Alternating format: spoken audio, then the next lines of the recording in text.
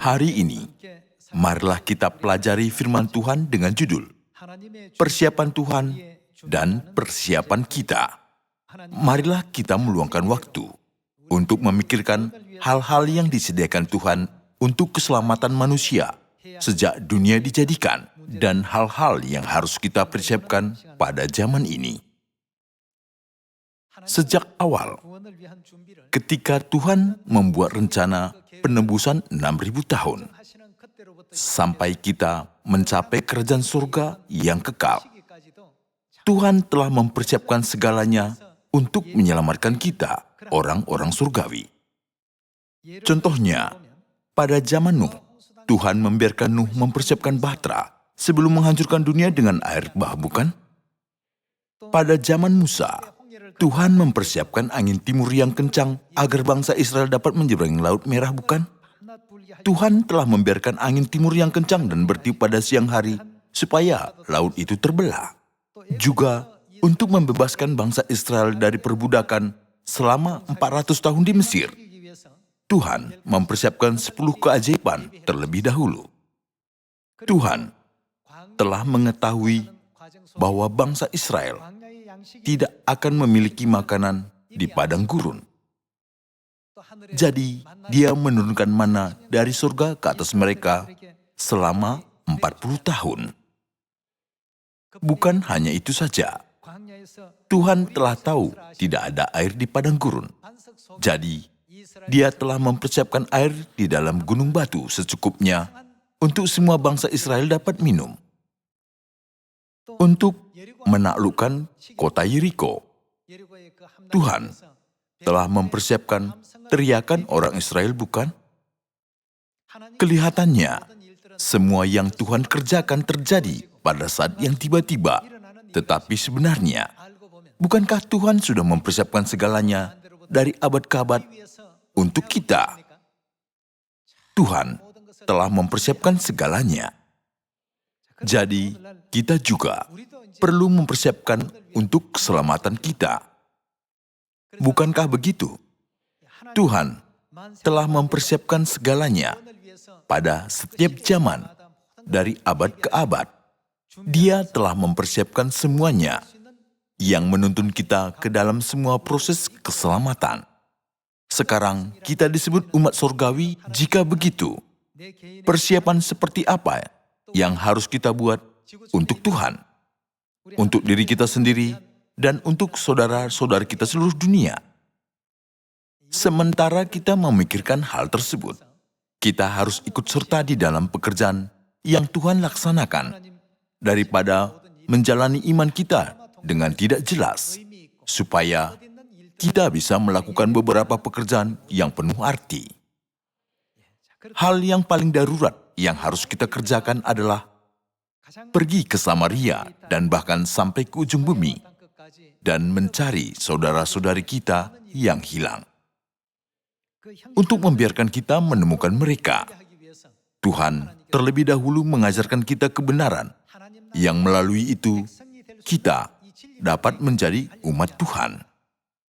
Bagaimana caranya kita dapat menjadi umat Tuhan menurut ajaran Alkitab?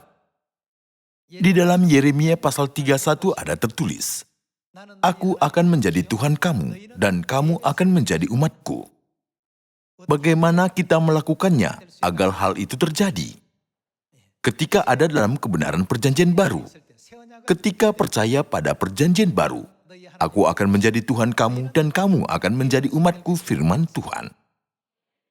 Sejak kita menjadi umat Tuhan, keluarga negara seperti apakah yang akan kita miliki? Menurut Filipi pasal 3 ayat 20, keluarga kita ada di mana? Ketika Anda mengajarkan kebenaran dari perjanjian baru, semua orang yang menerima perjanjian baru itu akan menjadi anak-anak Tuhan dan menjadi umat Tuhan yang berhak memperoleh kewarganegaraan surga. Demikianlah yang Alkitab ajarkan kepada kita.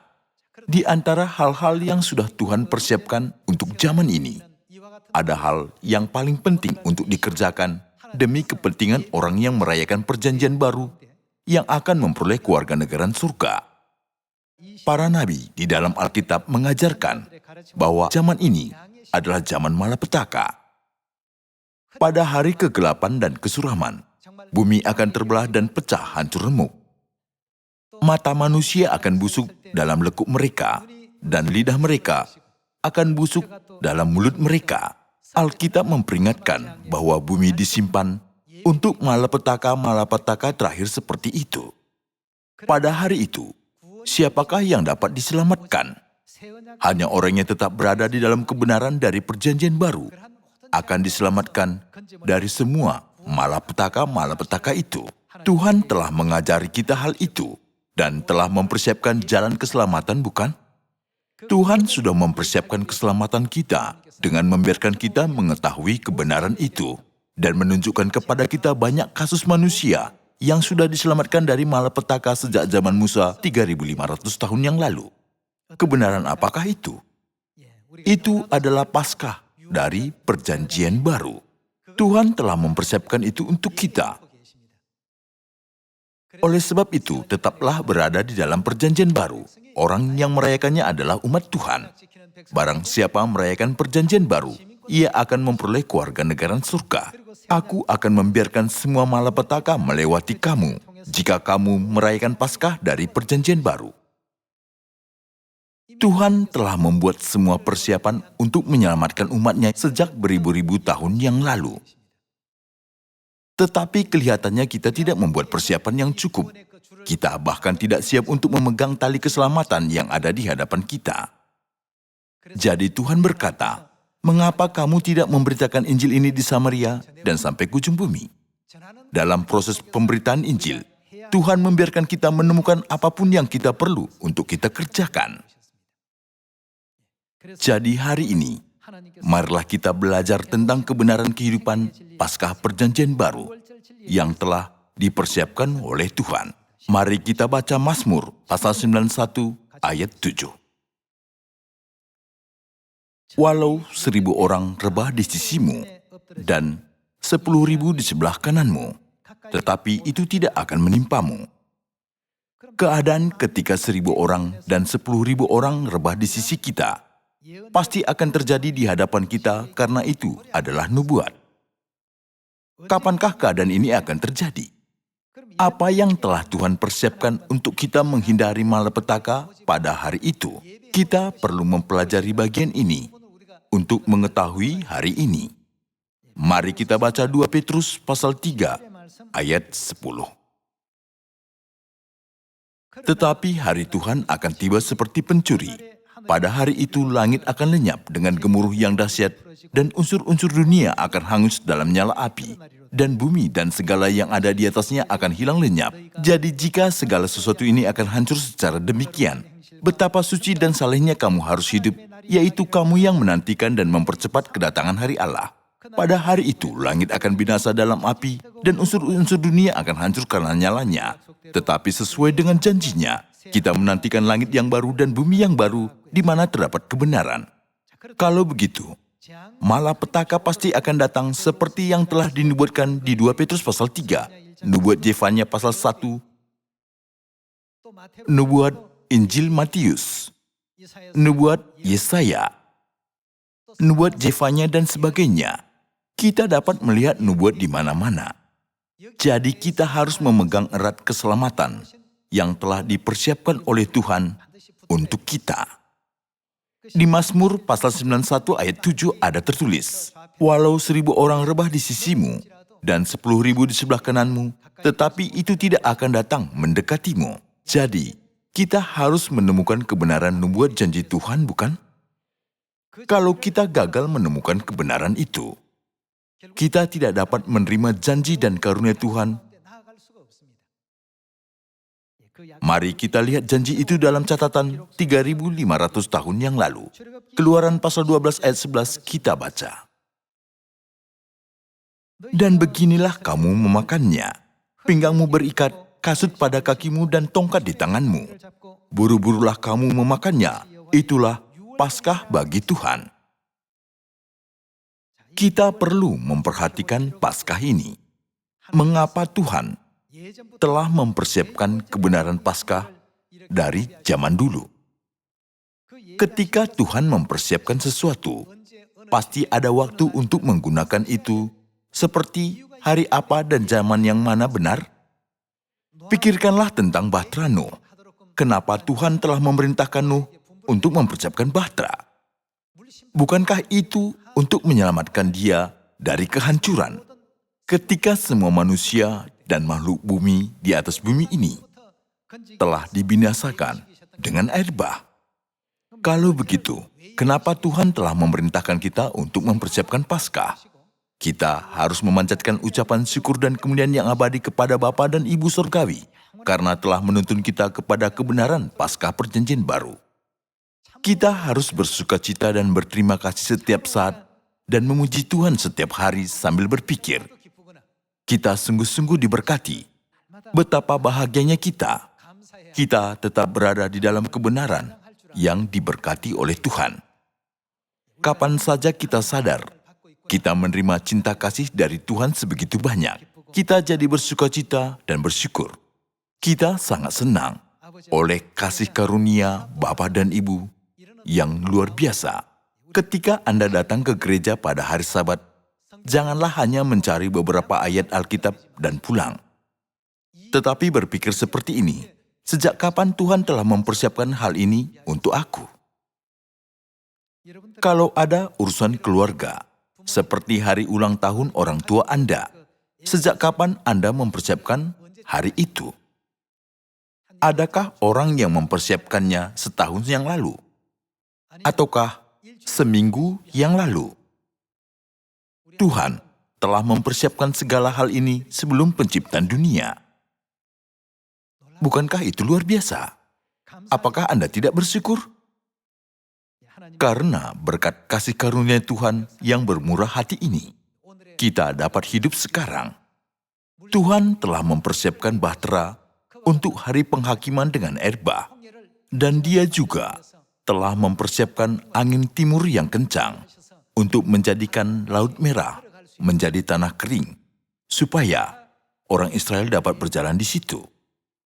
Dia telah tahu tidak ada makanan dalam jangka waktu 40 tahun di padang gurun, jadi dia mempersiapkan mana makanan surgawi.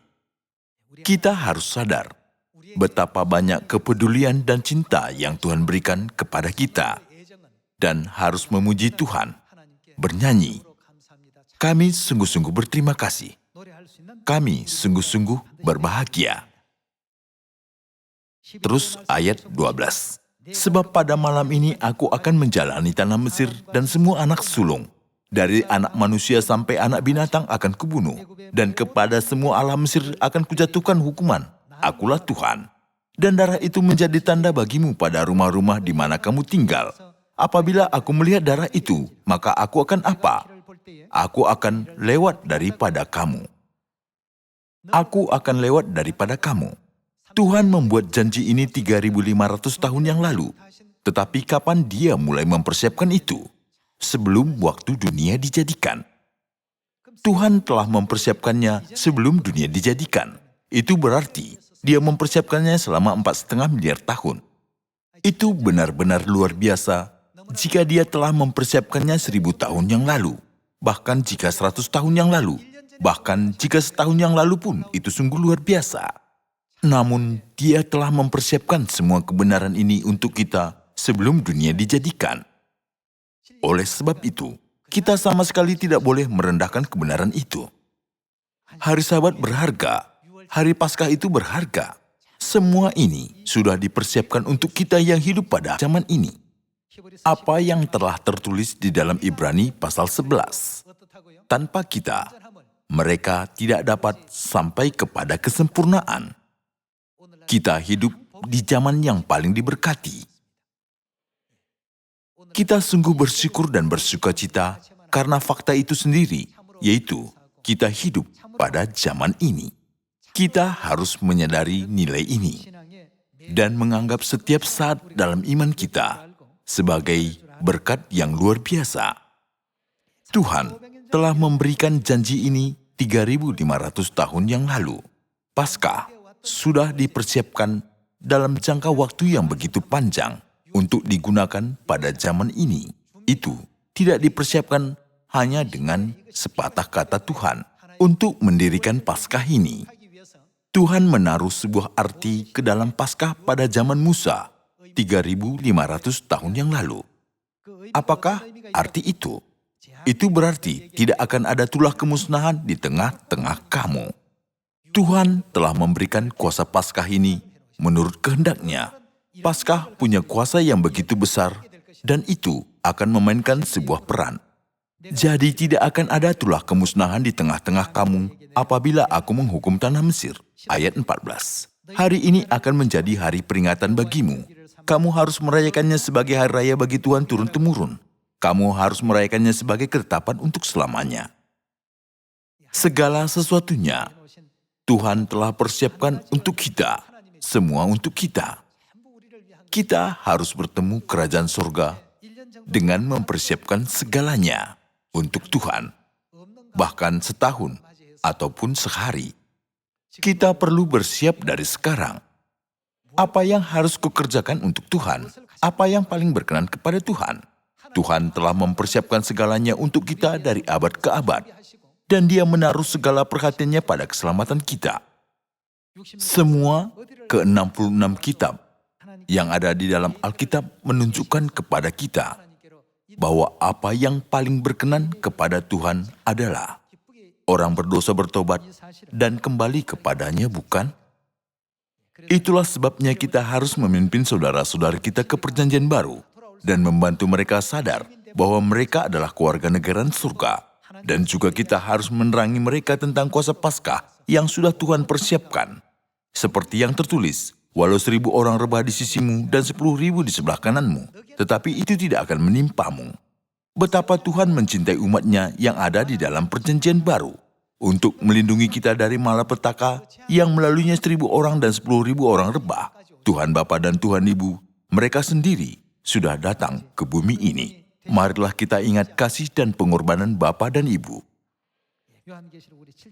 Terus mari kita baca firman Tuhan di dalam Wahyu pasal 7. Wahyu pasal 7 ayat 1 kita baca. Kemudian daripada itu, aku melihat 4 malaikat berdiri pada keempat penjuru bumi, dan mereka menahan keempat angin bumi, supaya jangan ada angin bertiup di darat atau di laut atau di pohon-pohon. Secara nubuat, angin menunjukkan perang. Jika begitu, keempat angin bumi menunjukkan timur, barat, selatan, dan utara. Singkatnya, itu adalah perang dunia yang besar.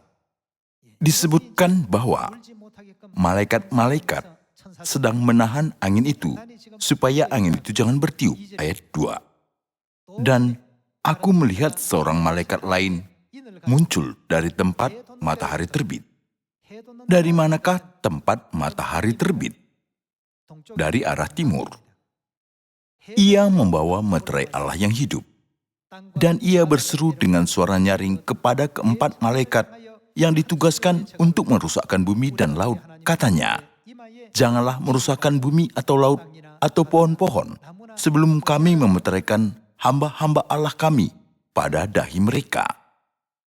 Alkitab dengan jelas mengatakan kepada kita, janganlah merusakkan bumi sebelum kami memeteraikan umat Tuhan pada dahi mereka.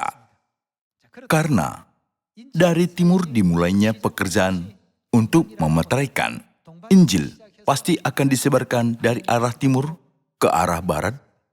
Yesus mengumpamakan pekerjaan ini seperti kilat memancar dari sebelah timur dan melontarkan cahayanya sampai ke barat. Adakah hukum bahwa kilat harus hanyalah mulai dari timur? Kilat bisa memancar di timur, atau barat, atau selatan, atau bahkan di utara. Kilat tidak memancar hanya dari arah tertentu saja. 2000 tahun yang lalu, Yesus telah memberitahu bahwa Injil akan dimulai dari sebelah timur dan disebarkan sampai ke barat, seperti yang tertulis di dalam Wahyu pasal 7 ayat 2. Dan aku melihat seorang malaikat lain muncul dari tempat matahari terbit. Ia membawa meterai Allah yang hidup. Dan ia berseru dengan suara nyaring kepada keempat malaikat yang ditugaskan untuk merusakkan bumi dan laut. Katanya, janganlah merusakkan bumi atau laut atau pohon-pohon sebelum kami memeteraikan hamba-hamba Allah kami pada dahi mereka. Dan malaikat-malaikat terus mencari umat Tuhan. Umat Tuhan adalah mereka yang mempunyai kewarganegaraan surga dan yang berada dalam perjanjian apa? Mereka berada dalam perjanjian baru. Di antara kebenaran-kebenaran perjanjian baru, kebenaran apakah yang mengandung janji Tuhan untuk melindungi dari malapetaka? Menurut Keluaran pasal 12, Tuhan telah memberikan kita Paskah kebenaran untuk hidup. Menurut nubuat ini, Paskah perjanjian baru, kebenaran untuk hidup itu harus muncul dari mana? Itu harus muncul dari sebelah timur dan harus diberitakan sampai kemana? Itu harus diberitakan sampai ke barat. Pekerjaan inilah yang harus kita persiapkan sekarang. Persiapan kita dan usaha kita bukanlah apa-apa dibandingkan dengan usaha Tuhan. Jadi janganlah kita berkata bahwa pekerjaan kita terlalu keras. Tetapi marilah kita tempatkan segenap hati dan jiwa kita, bahkan pada pekerjaan kecil sekalipun untuk Tuhan. Supaya kita tidak bertemu dengan sebuah malapetaka. Apa yang Tuhan taruh di atas dahi umatnya. Tuhan menaruh meterai Tuhan.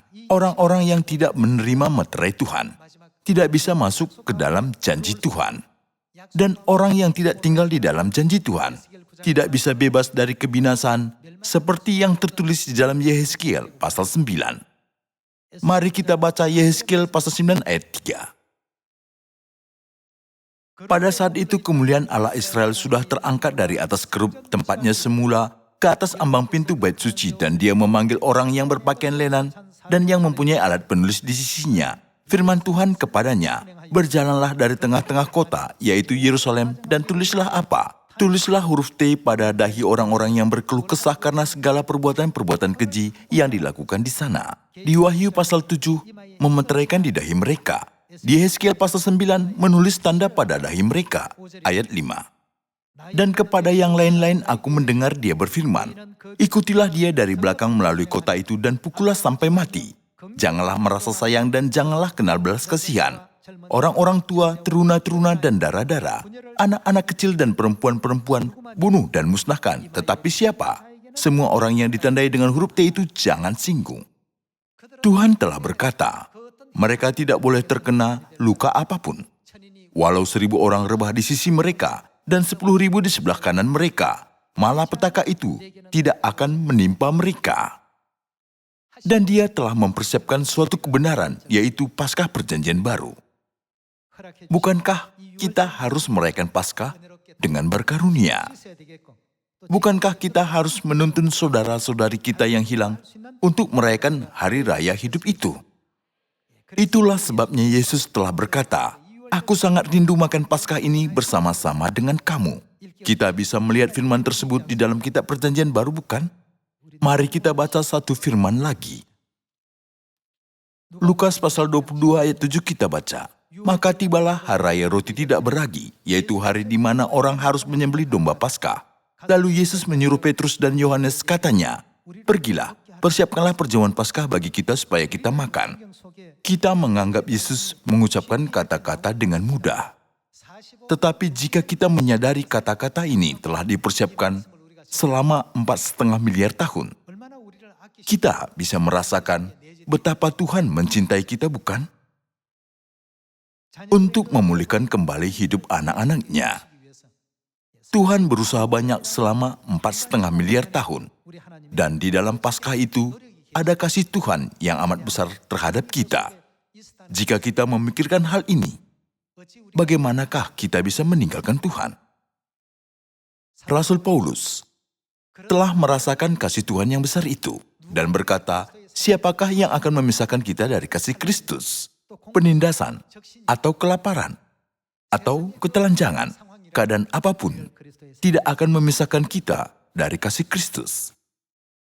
Ayat 9. Kata mereka kepadanya, di manakah engkau kehendaki kami mempersiapkannya?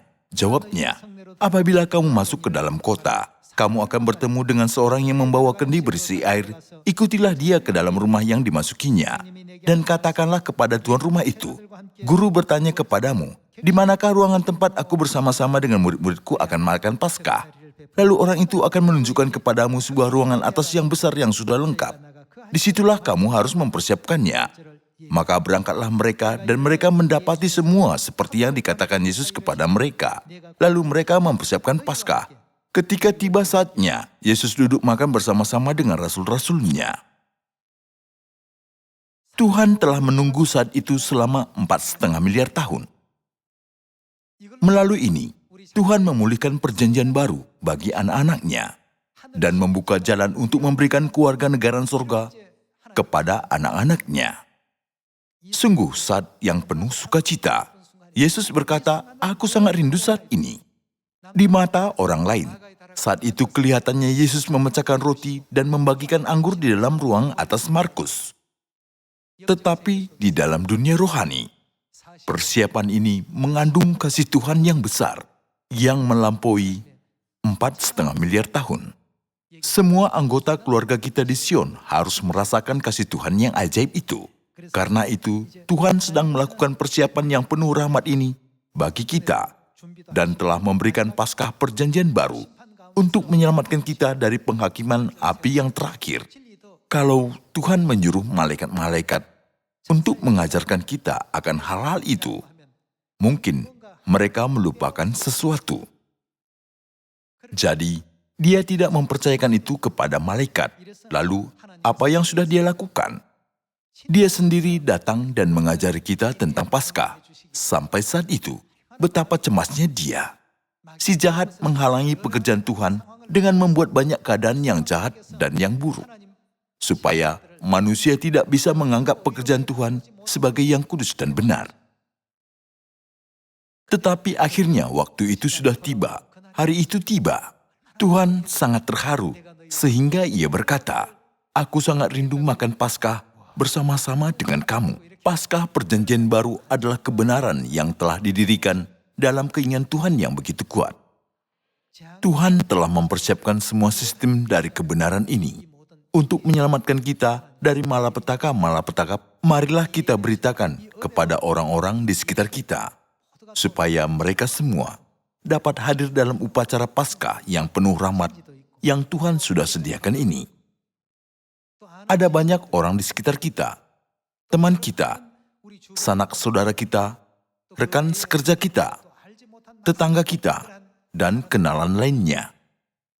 Mari kita beritakan kebenaran perjanjian baru kepada mereka semua, dan juga kepada orang yang belum kita kenal. Tuhan telah berkata bahwa Dia akan lebih bersukacita jika satu orang berdosa yang bertobat lebih daripada sukacita karena 99 orang benar yang tidak memerlukan pertobatan. Jadi, mari kita membuat Tuhan bersukacita besar setiap hari. Saya harap tak seorang pun dari keluarga Sion kita gagal ambil bagian dalam keselamatan surga yang telah Tuhan persiapkan bagi kita. Semoga Anda semua diberkati pada Sabat ini dan memberi sukacita besar kepada Bapa dan Ibu. Saya menutup khotbah ini, terima kasih.